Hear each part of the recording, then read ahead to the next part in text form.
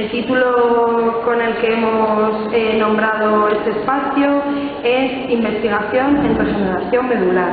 Para desarrollar este tema tenemos al doctor Fernando de Miguel Pedrero y su ponencia se titula Estudios experimentales para la espina bífida. ¿Es posible la terapia celular? El doctor Fernando de Miguel Pedrero es licenciado en Ciencias Biológicas en la especialidad de Biología Fundamental por la Universidad Complutense de Madrid. Actualmente es investigador Miguel Servet en el Instituto de Investigación Sanitaria del Hospital La Paz. Es doctor en Bioquímica y Biología Molecular. Dirige tesis doctorales y proyectos de fin de carrera. Ha participado en una decena de proyectos de investigación, desarrollo e innovación, entre los cuales se encuentra un proyecto sobre la administración intrauterina de células madre en un modelo experimental de daño medular fetal, mielomeningocele. Ha participado en una numerosísima cantidad de publicaciones, tanto a nivel nacional como internacional. Muchas gracias. Muchas gracias a todos por venir, muchas gracias a la asociación por invitarme y por tener estas jornadas con todos vosotros. Mi historia en cuanto a la espina bífida, bueno, lo primero también quiero agradecer, como Elena Carreras agradecía a Almudena y a Justo, y sobre todo a María, a la niña, porque para mí también es una relación personal, profesional con ellos. Les considero casi que podían haber sido los primeros pacientes que se podían haber operado en La Paz, en el Hospital La Paz, pero nos los robaron una vez más en Valdebrón. Y afortunadamente yo creo porque está perfectamente, la niña está en muy buenas manos. Pues como decía, esto para mí es un placer venir aquí a contaros un poco una historia de la que estamos implicados. Yo estoy desde hace unos 5 años implicado en las investigaciones con espina bífida. Y esto es una colaboración que empezó en el hospital, vino al laboratorio, yo creo que era un 5 de enero, 4 o 5 de enero, uno de los cirujanos pediátricos, José Luis Encinas. Aquí está el hospital infantil, esto es todo el complejo de La Paz, y el edificio de investigación, el antiguo, aquí ahora tenemos uno un poquito mejor. Y entró en el laboratorio con un artículo en la mano, así muy modosito, que era en un modelo en espina bífida en ovejas, como nos ha contado la doctora Carreras antes, como hacían en Barcelona, y un agente del hospital de Boston, del grupo de Boston, ponía un tipo de células en estas ovejas. Y como yo estoy en el laboratorio de terapia celular, entro así con el artículo y digo, vosotros tenéis unas células que podamos poner a las ovejas estas que tenemos en el animalario. Y dije, mira, yo conozco de espina bífida, pues el nombre prácticamente, no sé mucho más. Había estado en un laboratorio de urología antes, donde había algunos niños que en los seminarios yo lo oía que hacían cosas de vejiga neurogénica y bueno, prestaba atención en los congresos porque había unas reconexiones nerviosas para que controlaran la vejiga mientras se rascaban la pierna a los niños con espina bífida, una cosa así muy fantástica que para mí estaba muy alejada. Pero me leí el artículo y me dejó absolutamente fascinado. Y a partir de ahí empecé a profundizar un poco más. Por supuesto, había que aprender cuáles son las causas de la espina bífida. Ya lo sabéis todos, yo lo tuve que entender perfectamente. Al final, lo que se produce es que en la tercera semana, en el humano, en la tercera semana no se cierra bien las vértebras, no se pliegan bien las capas que recubren el embrión, total, que al final se queda la abertura, saliendo o no la médula espinal, en los diferentes grados de espina bífida, y lo que se hacía era, pues hemos visto que se hace rehabilitación, se hace cirugía. La estructura de las jornadas y la estructura de la charla también va un poquito primero. Los niños ya han nacido, hay que hacerles rehabilitación. Vamos a atrevernos a hacerles cirugía, pero cirugía cuando ya han nacido. Bueno, pues vamos a atrevernos a hacerles cirugía fetal, como ya hemos visto, ¿no?, que hacen en Barcelona. Bueno, pues aquí hay que ir añadiendo cosas y las cosas que se van añadiendo es, ya que sabemos operar a los niños dentro del útero, a lo mejor se les puede poner un parche Les podemos poner además otras cosas que sean que añadan y que quizás mejoren la evolución. Pero como no lo podemos hacer en personas hasta que no esté completamente demostrado, pues ¿qué es lo que hacemos los investigadores? Tener modelos experimentales donde probar las cosas que funcionan mejor, las que no funcionan tan bien, pues las dejamos para los congresos para fardar un poquito y alucinar un poco a los amigos poniéndoles fotos rarísimas que no entienden muy bien de qué se trata. Pero, como decía, ¿qué modelos experimentales tenemos para estudiar la espina bífida o el mielomeningocele en concreto? Pues hay dos tipos. Igual que la causa de la enfermedad principalmente es un defecto del cierre del tubo neural, pues hay ese defecto del cierre del tubo neural en animales se puede conseguir de dos maneras. Una, lo que llamamos los modelos teratogénicos, que es por la administración durante la gestación. Esto se hace en ratas, fundamentalmente. Durante la gestación a la rata, en un momento muy concreto de la gestación a la rata, con lo cual tienes que saber, la rata tiene de gestación 21 días, es como un ratón. Y tienen 21 días comparable con los 9 meses o las 40 semanas de un humano. Con lo cual, si sabemos que el cierre del tubo neural en los humanos el defecto se produce en la tercera semana más o menos, eso corresponde, no se calcula ahora de 40 semanas a 21 días como de rápido es, pero vamos, que en cuestión de horas, de un día para otro o en medio día para otro en la rata pasan esos cambios. Entonces tenemos que saber cuándo se queda preñada la rata más o menos, con lo cual sabemos cuándo ponemos el macho con las hembras en las jaulas y lo empezamos a contar a partir de ahí. Y sabemos que a lo mejor tenemos una ventana de unas 3 horas, más o menos, en el día 10 de gestación, o en el día 10 y medio en concreto, para darle a las madres ácido retinoico por vía oral, una sobredosis de vía oral, y eso detiene el cierre del tubo neural en los embriones que se están formando.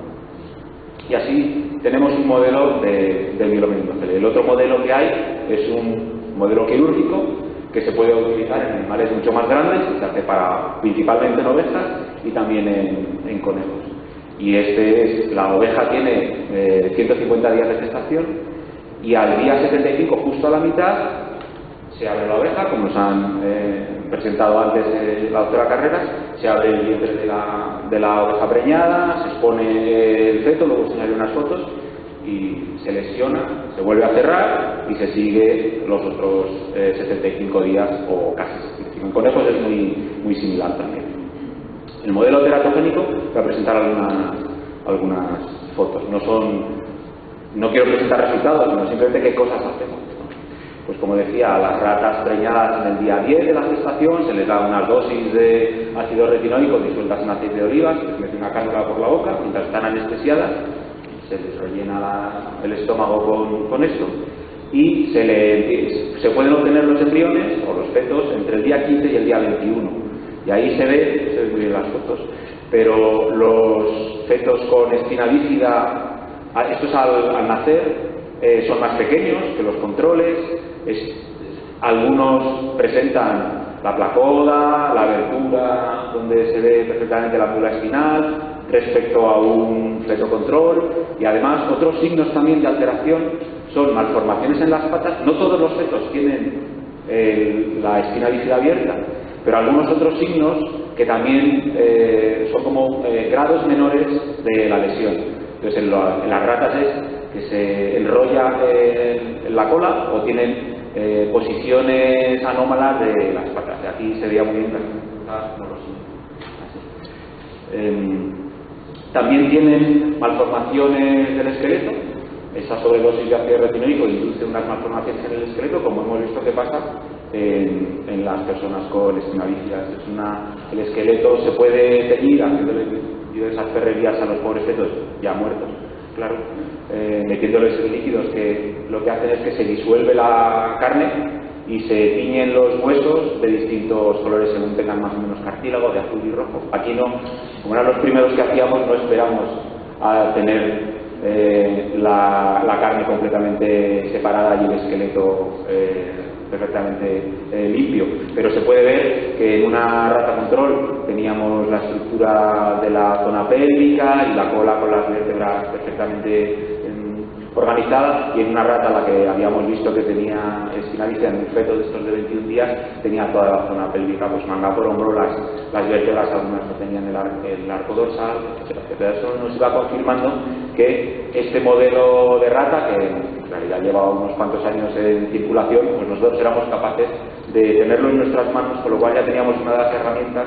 necesarias para poder investigar posibles tratamientos. También se pueden hacer estudios histológicos para ver una médula espinal de una rata control a la zona lumbar en comparación con el mismo tipo de corte histológico en una rata con mielomeningocele, como está abierta en mariposa, la estructura de la médula está completamente desorganizada, las vértebras también solo queda cuerpo vertebral, no tiene piel por encima.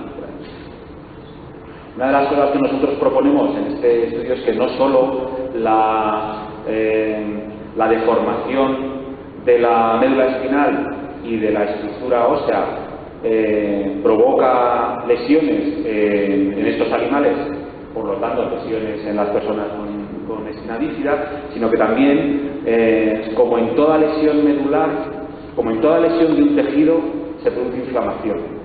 Y la inflamación se puede demostrar viendo un tipo de células muy concreto que aparece en la lesión, que son los macrófagos, que son como los basureros del cuerpo, son los que van recogiendo el tejido lesionado, limpiando los tejidos lesionados. Y son unas células que hacen muy bien en recoger la basura, pero cuando recogen la basura también causan mucho daño. Hay que tener cuidado con ellos.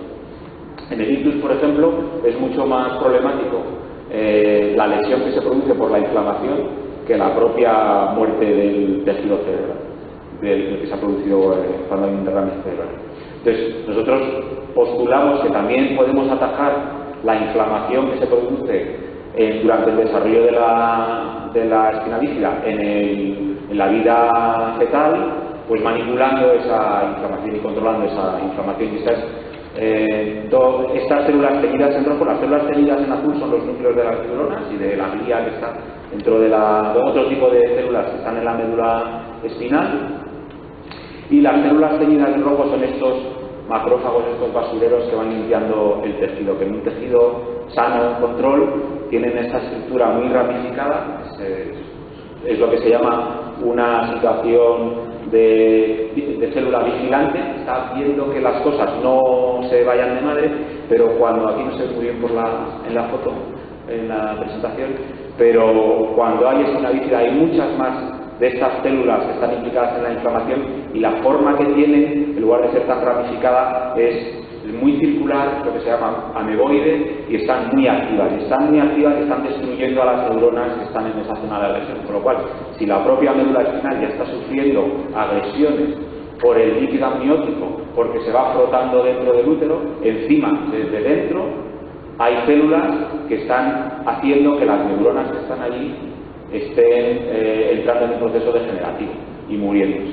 Con lo cual también sería bueno poder atajar la actividad de estas células.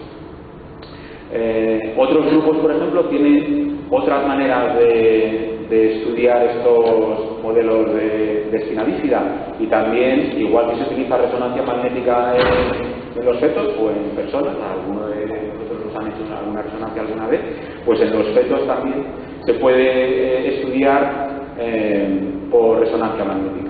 Este grupo de Filadelfia, del doctor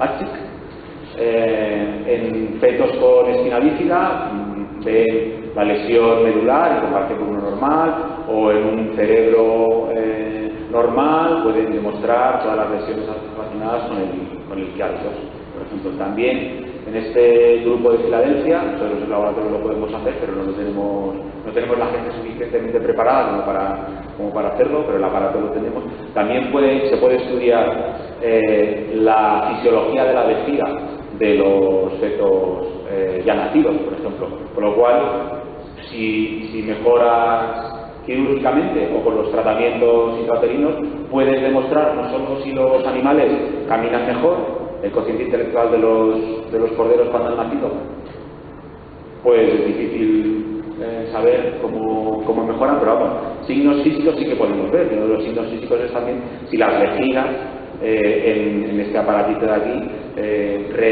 reaccionan a diferentes estímulos como unas vejigas normales, si se contraen o si se relajan de una manera normal. En este caso son vejigas de estos animales, de estos fetos de rata que no tenían ningún tipo de contracción cuando eran vejigas de animales con mielomeningocele respecto a animales normales tratados solo con el aceite sin ningún sobredosis de ácido retinóico.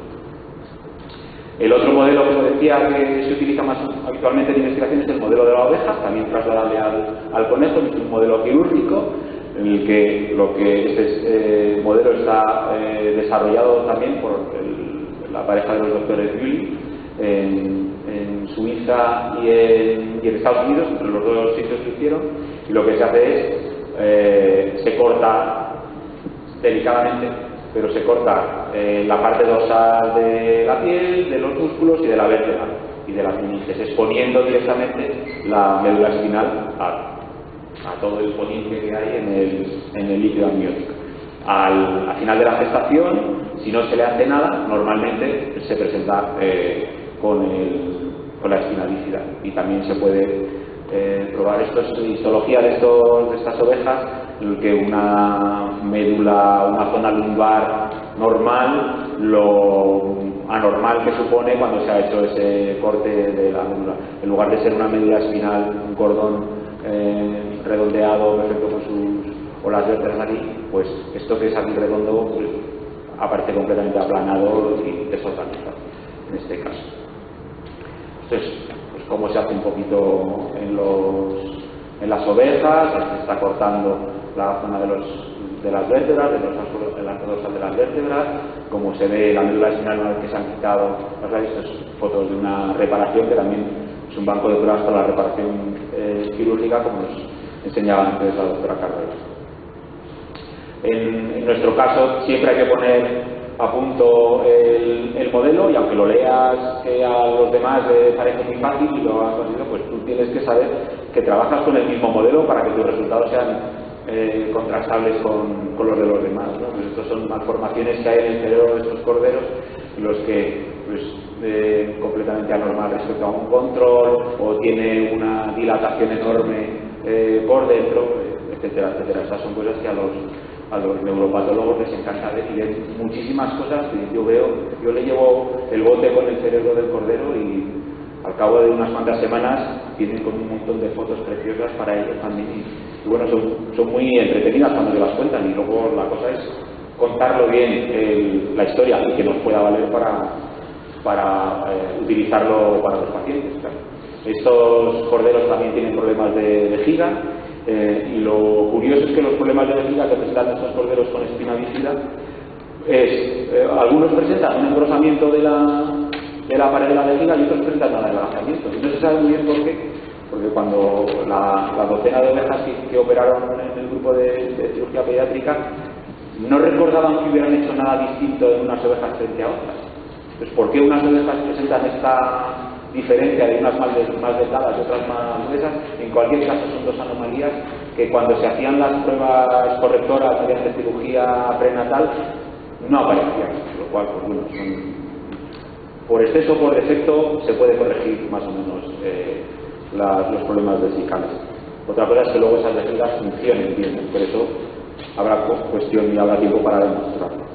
Como yo estoy en el laboratorio de terapia celular, lo que nosotros proponemos es, ya que sabemos que tanto el modelo de rata como el modelo de oveja es un modelo fiable de espina bífida, pues, y hay tratamientos quirúrgicos para poderse utilizar, nosotros vamos a añadir, además de los tratamientos quirúrgicos, queremos añadir células madre, que ahora están muy en boga, para ver si eso añade algo más y mejora los tratamientos a la espina bífida. ¿Qué es terapia celular? Pues la definición más básica es administrar productos biológicos que contengan células normalmente separadas, porque si son células en un tejido es un trasplante de un órgano. No queremos hacer trasplantes de órganos, queremos utilizar células para tratar enfermedades, pues de un donante, que puede ser el propio paciente. Se aíslan células de diversos tejidos, se manipulan, se obtienen más células en el laboratorio, se pueden guardar o se pueden modificar genéticamente para volverlas a poner al paciente de origen o a un paciente si el sujeto de origen es un donante. Esto que es así tan bonito se complicó hace unos pocos años porque surgió una directiva europea por diversas cuestiones en el que se definía que cuando las células se sacaban de un tejido de un sujeto, paciente o no, o sea, sano o enfermo, y se manipulaban sustancialmente, que hay una lista de cosas que se pueden hacer y que no se pueden hacer, esas células, si se querían volver a poner en un sujeto, el propio donante o un segundo sujeto, esas manipulaciones que las hacíamos las convertían en un medicamento. De hecho, las células están consideradas medicamento y están incluidas en la Directiva Europea sobre Medicamentos de Uso Humano y en la transposición legislativa en un Real Decreto sobre medicamentos de uso humano en España, y tiene toda una regulación, una reglamentación específica en lo que se llaman las terapias avanzadas. Esto, que está muy bien porque la ley nos somete a tener unos controles estupendísimos, pero también nos obliga a producir o a manipular las células para terapia celular en humanos en unas condiciones como si fuéramos Merck o Bayer o estuviéramos produciendo omeprazol o cualquier otro medicamento que podamos comprar en las farmacias. Eso lo que convierte es a la terapia celular y al medicamento, a las células, en algo que no se puede hacer en muchos sitios y requiere unas infraestructuras que en los últimos años el gobierno o los diferentes gobiernos han impulsado, pero la crisis también nos ha llegado a todos y a lo mejor ya no es tan sencillo mantener laboratorios de producción de células con características como si fueran un medicamento. Pero es una cuestión política que esperemos que olvidemos atrás la crisis y volvamos a poder hacer muchas más cosas para los pacientes, que es en definitiva lo que queremos hacer todos los que estamos implicados en esto. O sea, a mí no me interesa publicar artículos científicos si eso no se traduce en que ha habido gente que se ha beneficiado en sus patologías. Yo las ratas no me gusta curarlas, sino va a ser para ver a María por ahí correteando, ¿no? Que eso es en definitiva lo fundamental. Pues, ¿qué utilizamos en terapia celular? Una cosa rápida. Pues lo primero es, la primera opción es, pues si tenemos un tejido dañado, lo que vamos a sustituir es con células de ese mismo tejido, ¿no? Eso era la idea que tenía Paracelso en el siglo XVI, de que igual cura igual. Si tenemos un corazón dañado, ponemos un corazón sano. Si tenemos una médula dañada, pues ponemos neurona. Pues eso, a las células que llamamos diferenciadas, células ya completamente adultas, eso no les gusta nada hacerlo. Y cuando sacas a una célula de su órgano y te pones a manipularlas en el laboratorio, viven muy poquito. Esas no les gusta que las saques de su sitio y les gusta mucho menos que las vuelvas a poner, se ponen enseguida, ¿no? Entonces, ¿qué es lo que tenemos que hacer? Pues utilizar células que no tengan esa característica de yo soy corazón o yo soy hígado perfectamente, ¿no? Pues células que están ahí como si son adolescentes, que no saben muy bien todavía por dónde ir, y esas son las que llamamos, o las que se conocen también un poco como células madre, ¿no? Células pluripotentes, células troncales, ¿no? Entre las células madre, a mí me gusta decir a veces madre y padre, porque bueno, ¿por qué no?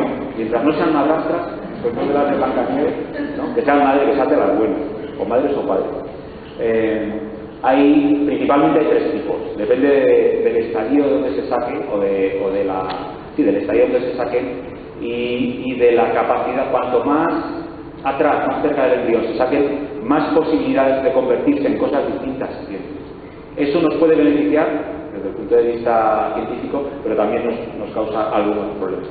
Las tres principales son las que se sacan de los embriones, las que se sacan de los tejidos adultos, que aunque seamos adultos todavía seguimos teniendo células madre, aunque poquitas, y luego el último caso que se ha añadido a esta escueta lista de células es lo que se llama células pluripotentes inducidas, que son células con características de las embrionarias pero que se sacan de adultos, y es lo que le valió el año pasado el Premio Nobel de Medicina a uno de los iniciadores. Rápidamente, las células madre embrionarias se sacan de la parte interna del embrión, las originó inicialmente el Dr. Thompson en la Universidad de Wisconsin. Se sacan de la parte del embrión, este es un embrión de pocos días de gestación. El problema ético que tienen es que tienen que destruir el embrión para sacar las células. En el caso de embriones de ratones, pues nos da un poco igual, pero en el caso de embriones humanos, ahí está la discusión. Yo no tomo partido en esa discusión, porque el problema que tienen estas células, para mí hay primero que resolver un problema científico y luego ya veremos a ver si merece o no merece la pena destruir embriones. Pero científicamente estas células, cuando se implantan, por la capacidad que tienen de producir todos los tejidos del sujeto adulto, esa capacidad la mantienen cuando las tenemos en cultivo. Cuando las tenemos en cultivo y cuando las ponemos en un sujeto. En este caso, en ratones, las ponemos en cultivo y se ponen a crecer como locas, sin ningún control. Con lo cual, ¿quién quiere que le curen algo si le va a producir un tumor, aunque sean benignos? Pues esto es lo que hacen estas células, que producen tumores, pero benignos, lo que se llaman teratomas. Pero son muy buenas para estudiar modelos de enfermedad o para estudiar nuevos fármacos, ¿no? Las humanas, ahí está la cuestión ética, pero las de animales las podemos hacer más o menos. Las otras que comentaba, que son parecidas a las embrionarias, son las pluripotentes inducidas. Originariamente las produjo el doctor Yamanaka en la Universidad de Kioto, y lo que le valió el Premio Nobel en 2012, y también el doctor Thompson en Wisconsin al año siguiente las obtuvo también. Pero el Premio Nobel solo se lo ha llevado el doctor Yamanaka, por 3 meses de diferencia en la publicación, una cosa así. Y esto se hace manipulando células adultas que se sacan de la piel, debajo de la piel, por ejemplo, metiéndoles unos factores que las retrotraen en lugar de lo bien que están estos fibroblastos en la piel, este tipo de células en la piel, estos adultos ahí que ya tienen su vida resuelta, les vuelve a la zona, al estadio embrionario, por lo cual se pueden crecer prácticamente indefinidamente, se pueden diferenciar en cualquier cosa, con el problema de generar esos tumores también, aunque sean benignos. Las otras células que hay son las células madre adultas, que tenemos en un montón de tejidos. Las primeras que se hicieron fueron los precursores de la sangre. Esto es lo que le valió también al primer hematólogo que empezó a utilizar los trasplantes de médula ósea su premio Nobel en el año 90 por los trasplantes de médula ósea en Seattle, el doctor Thomas. Luego también hay una lista enorme, cada tejido tiene sus propias células madre, y el truco aquí está de los adultos. El truco está en conseguir suficientes para aumentar su número y volverlas a poner en los pacientes para que hagan su función. En algunos tejidos hay más que otros. En la médula ósea es una muy buena fuente no solo de células madre, de las que van a dar todos los tipos de células que tenemos en la sangre, los linfocitos B, los macrófagos, las células que originan los glóbulos rojos, pero también hay otras células madre que las llamamos las células madre estromales o mesenquimales, que al principio se pensaba que daban apoyo a estas de aquí, pero luego se vio que también podían producir otros tipos de tejidos que no tenían nada que ver con el apoyo a la sangre. Estas células también se encuentran no solo en la médula ósea, sino también en la grasa, en el líquido amniótico, cosa que puede ser beneficioso para la espina bífida. El cordón umbilical, en la sangre del cordón umbilical, en la parte de la gelatina que rodea al cordón umbilical. Las células de todos estos tejidos y de otros más que hay se caracterizan por unos experimentos muy clásicos y muy estandarizados ya para nosotros, y casi todas son muy parecidas independientemente del tejido del que se saque. Hay tejidos que son mucho más fáciles obtenerlas que otros. El tejido adiposo, y encima te llevas una liposucción, estupendo, mucho mejor que te hagan una función de médula ósea, es un poco más molesto. Líquido amniótico, mientras se haga con cuidadito, pues no, también está bien. El cordón umbilical es un tejido de desecho, pues la basura del rico es el tesoro del pobre, dicen, ¿no? Pues vamos a sacar tanto del cordón umbilical y bueno, a ver si las podemos aprovechar. Ensayos clínicos que hay en terapia celular, pues esta página web es el registro en Estados Unidos donde hay más de 100.000 ensayos clínicos de todo tipo, de todo tipo, de cualquier fármaco, de cualquier cosa, de todos los países que quieran demostrarle al resto de los países que se están haciendo estudios clínicos, pues hay que estar registrado. Ahora para algunos trabajos es obligatorio haber estado registrado. De todos estos más de 100.000 ensayos clínicos, unos 3.000, más o menos, 3.000, 3.500, son sobre terapia celular. De estos, con todos los problemas que tienen las células embrionarias, de estos 3.000 ensayos clínicos que hay en terapia celular, unos 5, nada más, utilizan células embrionarias. Y ha costado muchísimo que se utilicen células embrionarias. Y las células embrionarias que se utilizan no son células madre embrionarias sacadas del embrión y vueltas a poner, no. Son células madre embrionarias que se han diferenciado en el laboratorio para que hagan, por ejemplo, uno de los tipos celulares que ayudan a los nervios a tener la conexión nerviosa, o como lo que se acaba de aprobar en Japón hace unos pocos meses, pero en este caso utilizando células madre, células pluripotentes inducidas, diferenciadas a un epitelio pigmentario de retina para tratar deficiencias maculares, por ejemplo. La mayoría de todos estos 3.000 ensayos clínicos utilizan células de los propios pacientes y algunos utilizan células de otros donantes. Cosa que, por las particularidades que tiene el conseguir, mediante el cultivo, el número de células necesario, a lo mejor porque puedes tardar a lo mejor 2 meses en conseguir número de células necesario para ponerle a un paciente aislada de tejido adiposo, pero el paciente a lo mejor la patología que tiene no puede esperar 2 meses a que haya células suficientes, por lo cual si tienes en el laboratorio un stock de células de sujetos sanos que puedas en poco tiempo ponérselas a los pacientes, pues bueno, puedes resolver el tema. En cuanto a la terapia celular para reparación de defectos del sistema nervioso, los mecanismos que se postulan son diferentes dependiendo de lo que queramos tratar de arreglar, por selección de cosas, por ayudar a que las neuronas no mueran, o reducir los procesos inflamatorios, o que los axones de las neuronas que se han roto cuando hay una lesión medular se recuperen, o ayudar a otros tipos celulares que también están en el tejido nervioso, como es la glía, etcétera, etcétera. A mí me gusta poner cosas de los amigos, sobre todo si las hace muy bien. Este es el grupo del Instituto de Neurociencias de Alicante, del doctor Salvador Martínez, en el que en un modelo de generación de motoneuronas, de esclerosis múltiple en ratones, pincharon en las médulas de los ratones, de hecho era en la intratecal, dentro de las membranas que recubren la médula espinal de estos ratones, pincharon células aisladas de médula ósea, tanto hematopoyéticas como mesenquimales, y las teñían luego de verde fluorescente, y las neuronas de la médula espinal que controlan los movimientos de los músculos, que son las motoneuronas, las teñían de rojo a las 3 semanas de haberlas inyectado, y veían aquí como las células que habían inyectado como posible terapia rodeaban a las motoneuronas con una idea de protegerlas. Aquí parecía que no eran como los indios atacando a las caravanas, ¿no? Esto era protegiendo a las células.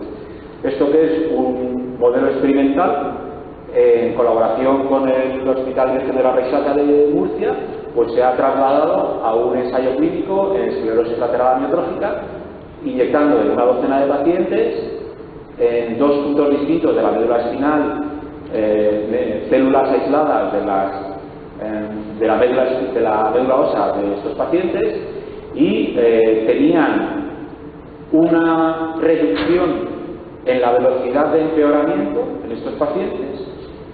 Había otros índices que no cambiaban nada, seguían empeorando igual que unos pacientes a los que no se habían puesto nada, pero en 2 pacientes que murieron por causas ajenas al ensayo clínico se puede hacer estudio patológico, y también se veía que las células que habían inyectado rodeaban a neuronas de estas motoras, protegiéndolas de alguna manera, con lo cual a lo mejor sí que es verdad que estas células, cuando se ponen en la médula, protegen, estas células madre protegen a las neuronas.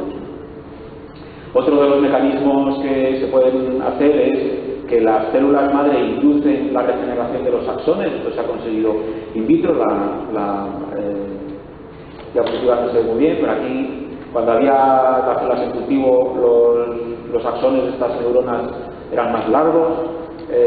También nosotros conseguimos ver que cuando añadíamos una poción mágica al cultivo de las células de estas mesenquimales había una alteración en las células y también expresaban unos factores que se ha visto que ayudan a la supervivencia de las neuronas, factores de diverso tipo.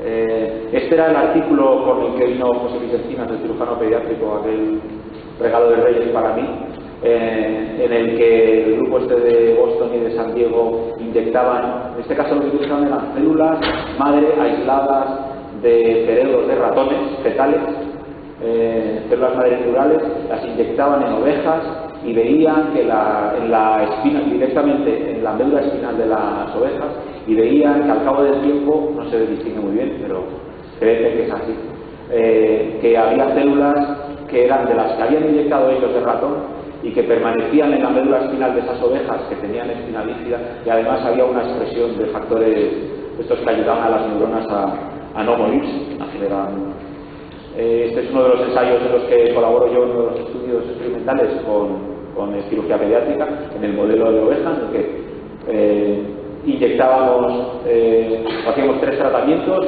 reparábamos la lesión quirúrgicamente, de manera intrauterina, y además añadíamos las células y queríamos ver pues varias cosas a posteriori. Es un poco como se hace a la doctora Carreras, que cuando se hace una cirugía en un paciente de estos, el quirófano está lleno de gente, porque todo el mundo es necesario. Para operar la oveja pues estábamos 2 nada más y había que hacer de todo, pero bueno, es un poco esto, detrás de esas gafas es José Luis Encinas. La oveja, cómo se cultivan las células, cómo se van poniendo, etcétera, cómo las íbamos reparando en la oveja, etcétera, etcétera. Eran las células, la lesión preparada a término, 70 días después de haber hecho la cirugía, y cómo quedaba reparada la médula de esta oveja, en lugar de tenerla así en mariposa, cómo quedaba reparada. Nos falta por comprobar aquí si células de las que habíamos puesto, metidas ahí en esa sustancia viscosa, están rodeando a las neuronas, a las motoneuronas, como para protegerlas.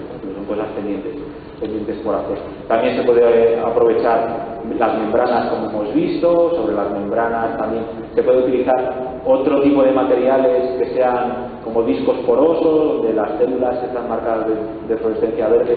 Termino rápidamente. Se puede colocar en los fetos de rata, con una habilidad que a mí me asombra todavía que lo puedan hacer.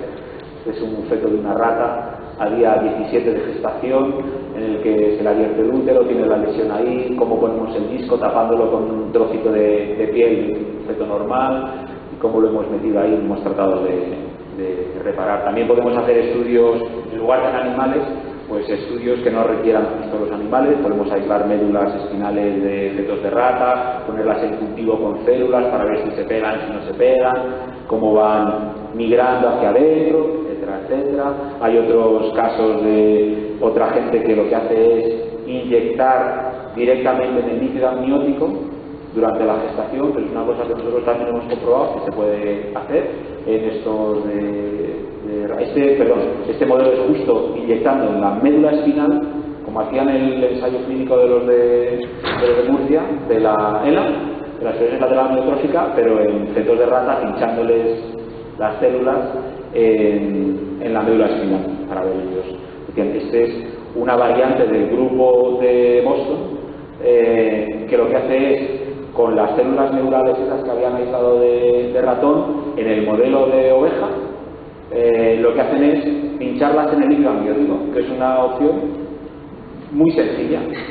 Una de las capacidades que tienen estas células, sobre todo las células madre mesenquimales que utilizamos nosotros, las células madre neurales no tanto, pero es que van ellas solitas, sin que nadie les diga nada. Bueno, el tejido dañado es la señal suficiente, van a la zona donde está la lesión. Por lo cual, si tú las pinchas en el líquido amniótico y son capaces de sobrevivir a todas las sustancias tóxicas que hay en el líquido amniótico, las células que pinchas ahí son capaces de llegar al sitio de la lesión y a lo mejor no tienes por qué abrir tanto. Igual que se hacía la cirugía fetoscópica, pues pinchas ahí y que vayan a su sitio y que hagan sus cosas. No se ve muy bien, pero nosotros lo hicimos en el infecto de la rata, y las células que estaban marcadas de verde, pues aquí estaba el mielomeningocele, aquí se debería ver la placoda en azulado, y había un grupo de células verdes que nosotros habíamos puesto directamente en el líquido amniótico de estos infectos de rata, que se habían pegado allí al cabo de los 4 días. La última diapositiva de la última cosa que se está haciendo es el grupo de Berkeley, de San Francisco, de uno de los participantes del MOMS.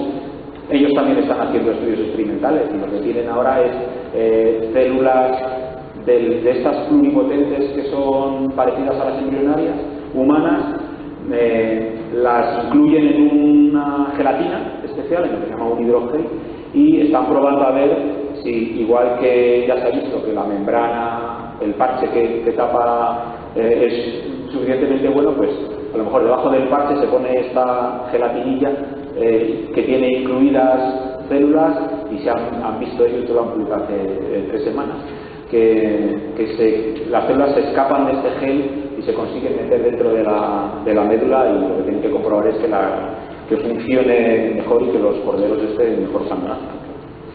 Y la mejor de todas las diapositivas es el grupo de gente que hace estas cosas y que hace posible, al menos en el Hospital La Paz, que podamos ser conocidos de alguna manera y participar en estas jornadas tan interesantes. Por supuesto, este es José Luis Encinas, algunos le conocen. Marisa Decías es la predoctoral, que ha estado participando también en estos estudios, y los financiadores a los que también agradezco su ayuda. Y nada, muchas gracias.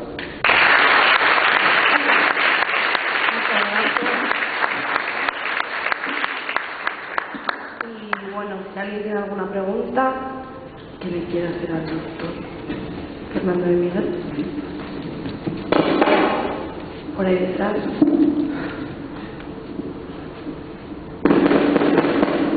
Con todos estos avances, buenas tardes. Con todos estos avances en genética, ¿para cuándo pueda ser posible la generación de vejigas artificiales y cosas por el estilo?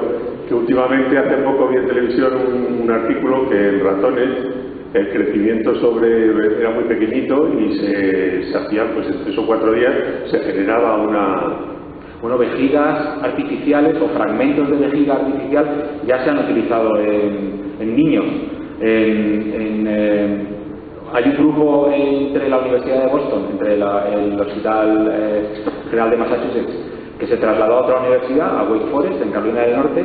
El grupo del doctor Atala, que para mí es un mago porque consigue los mejores bioingenieros, consigue los que hacen los mejores armazones para células, consigue la mejor gente que trabaja en las mejores células, y él es decía Ampar Cushar antes, que es necesario alguien que esté interesado en aglutinar a todo el mundo y en empujar a todos para que entre todos se haga lo bueno. Pues el doctor Atala en ese sentido es eso, es el que se parte la cara con todos los demás para mantener a la mejor gente ahí. Y él es cirujano pediátrico originalmente, urólogo pediátrico, y empezó con la medicina regenerativa en urología, ¿no? Y operaba a perros, les quitaba media vejiga, les ponía una vejiga que habían hecho en el laboratorio, y los perros hacían sus pises perfectamente, y lo ha empezado a utilizar en pacientes, y son estudios experimentales pero controlados. Y bueno, cuando ven los frutos y se haga repetitivamente, porque curar a una persona o mejorar a una persona, pues está bien, pero lo que nos interesa es demostrar que se puede hacer en muchas más, y en todas en las que se haga, o en la mayoría en las que se haga, funcione. Están en ese camino. En vejigas es relativamente fácil por cómo es el órgano también, ¿no? Que es un órgano fácil de manipular, más o menos, ¿no? Yo digo fácil de manipular, pero bueno, esto no se hace en la cocina de casa. Claro. Sí, pero yo me refiero, de cara a nuestros hijos, ¿qué posibilidades hay? ¿1 año, 2 años, 3 años? Yo creo que 1 año, 2 años es demasiado pronto. Bastantes más años. Pero bueno, llegará, y también a lo mejor llegará en unas condiciones en las que no es necesario hacerlo tan temprano. Ya se habrán mejorado las condiciones de los materiales para que a lo mejor en sujetos adultos jóvenes funcionen. No es necesario hacerlo en niños de 3 meses o en niños recién nacidos, que se sepa que van a tener problemas. No. La evolución será muy probablemente, yo creo, en los dos sentidos, en que se mejoren los resultados y que se puedan utilizar en pacientes más mayores. Los pacientes más mayores se benefician. Muchas gracias. ¿Alguna pregunta más?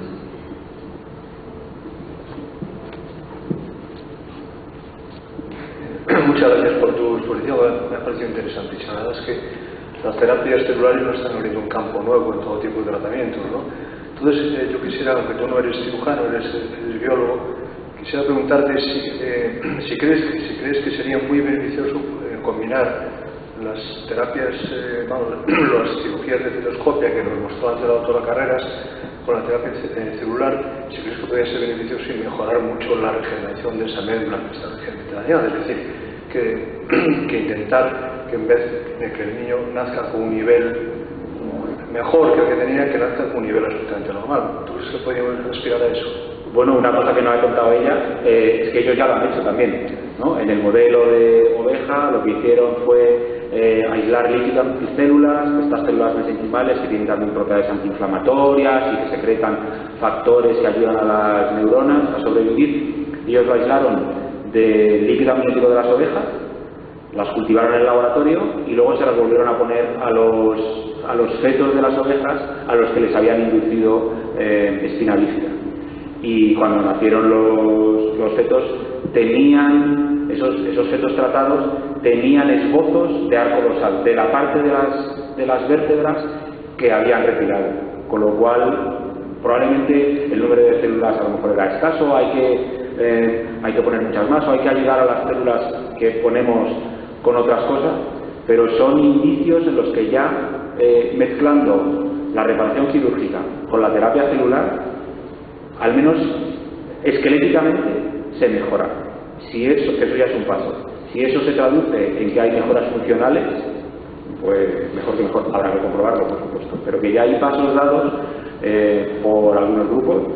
Ahora mismo en España están los del grupo de Valdebrón, el que lo están haciendo. O sea que esperaremos que pronto se pueda hacer en más sitios.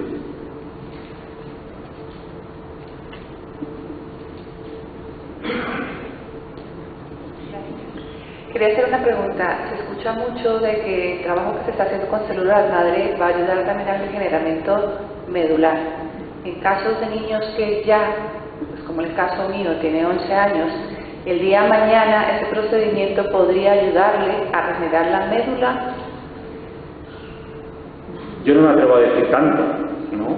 Pero igual que se está utilizando en pacientes con infarto de miocardio al cabo de más de 6 meses del infarto, cuando aquello ya es un cuero o poco que le queda de la cicatriz a los pacientes y se mejora algo, ¿por qué no se puede aplicar a pacientes que tienen lesiones medulares, que también es un tejido que mejora muy poco, ¿no? De hecho, pues bueno, hay aplicaciones de terapia celular en pacientes con lesiones medulares, paralíticos por accidentes.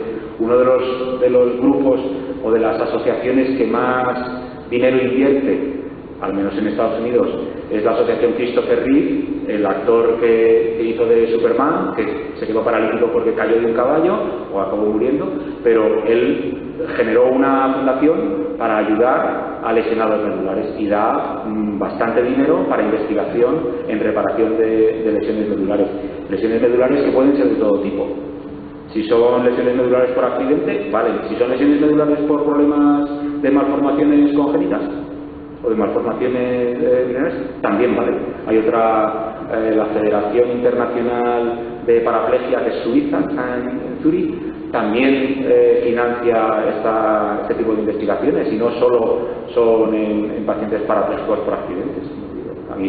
¿Por qué no? Primero hay que demostrar que el problema con las lesiones medulares es que en los sujetos lo vemos, ¿no? Lo difícil que es tener gente en casa con su silla de ruedas o toda la infraestructura que hay que tener. En los animales, parece mentira, pero hay veces que es más complicado trabajar con animales que con personas. Y todas las limitaciones reglamentarias y legales que tenemos que solventar para demostrar que no estamos haciendo mal a los animales porque nos da la gana, ¿no? Sino que les dañamos para tener un modelo de enfermedad en el que generar posibles aplicaciones a pacientes que sufran de esa enfermedad. Entonces, no solo es todos los requerimientos legales que te piden para tener esos modelos experimentales, sino también, pues a lo mejor es muy complicado tener ratas o tener conejos a los que les haya causado una lesión medular por los requerimientos de cuidados que necesitan. En casa estás, y bueno, si hay que llevar al niño al cuarto de baño y ayudarle a sentarse en el retrete, lo haces primero porque eres su madre y su padre y le quieres. Pero a una rata, hacérselo 3 veces al día es más costoso, porque yo tengo mi familia y me apetece estar en casa. O los becarios a las 9 de la noche a lo mejor no les apetece estar ahí con una rata apretándole la tripa para que haga pis, ¿no? O moviéndole las patas para que no se quede anquilosada. Pues es que es muy bonito presentar los resultados, pero lleva un trabajo sucio, en ese sentido poco visible, que también hay que agradecer a la gente que lo hace. Pero aun con todo eso, si se consiguen resultados que se puedan trasladar a los pacientes, bienvenido sea todo ese esfuerzo. Y de eso se trata. Y el que se quiera tirar a la piscina, pues que coja el guante y que se tire, ¿no? Que es muy fácil hacer cosas bonitas, pero sin moverte de tu silla, ¿no? Hay que marcharse. Tenemos que cortar aquí. Ya. Bueno, muchísimas gracias.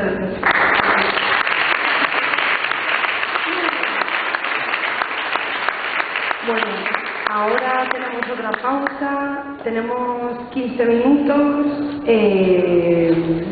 y hay que ser puntuales porque vamos con retraso, ¿vale? De cara a la siguiente sesión. Y ahora